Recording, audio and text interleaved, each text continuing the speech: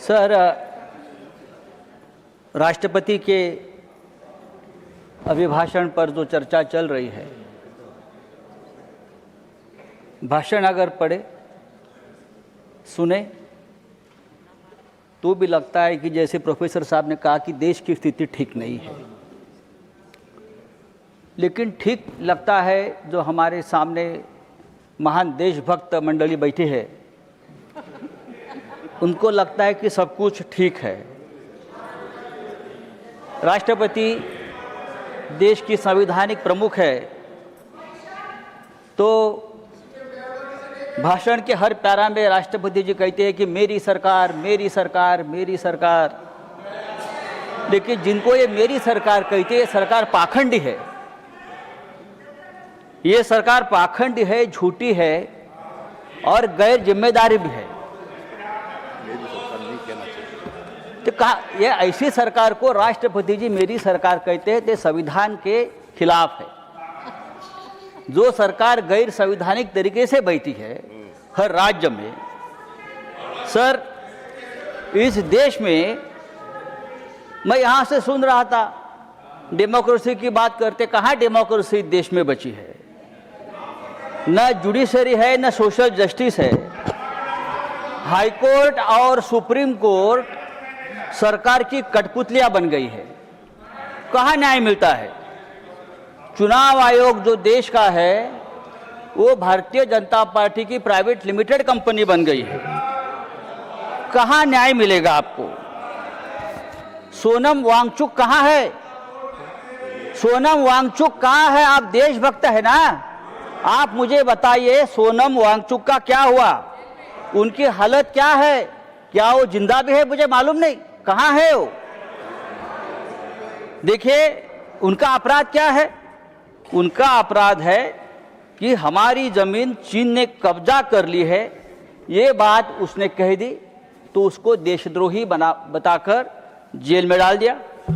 क्या ये डेमोक्रेसी है? मुझे लगता है सर ये डेमोक्रेसी की व्याख्या, डेफिनेशन नहीं है। राष्ट्रपति के भाषण में वही घिसी पिटी घोषणाएं हैं। नई बात क्या है आप मुझे बताइए। इतने साल से हम देखो गरीबों को सबसे ज़्यादा रोजगार देने वाली मनरेगा, आपने नाम तो बदल दिया, लेकिन रोजगार की गारंटी भी आपने कम कर दी है। किसानों को रोजगार मिलता था वो गारंटी आपने कम कर दी।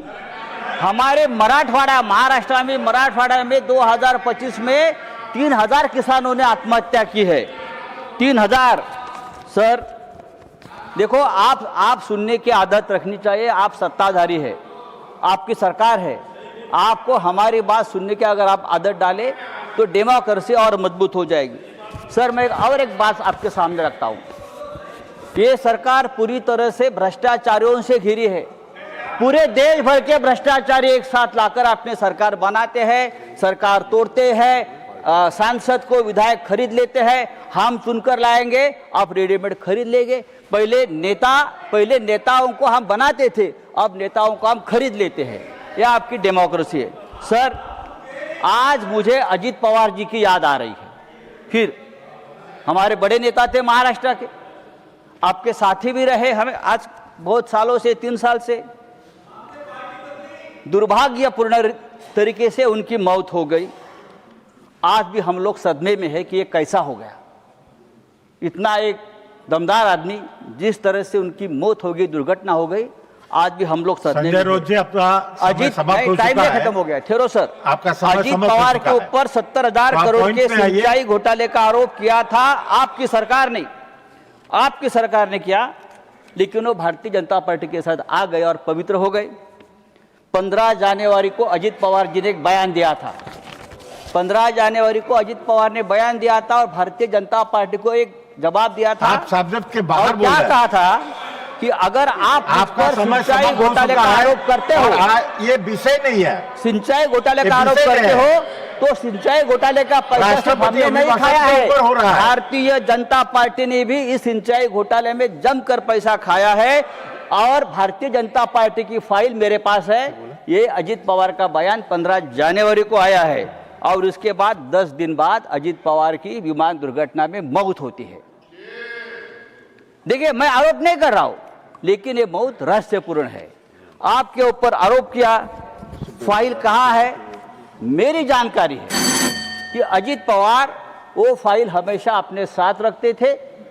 जब मुंबई से वो निकले बारामती में, तब भी वो फाइल उनके पास थी और आधे घंटे में अजीत पवार जी की दर्दनाक मौत हो गई।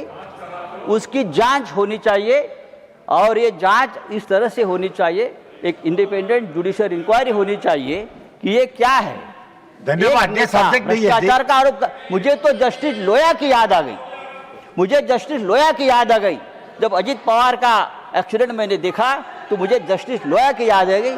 क्या इस प्रकार का कोई हादसा तो नहीं होगा? देखिए, सुनने की आदत रखो। ये डेमोक्रेसी है, आप सुनने की आदत रखो।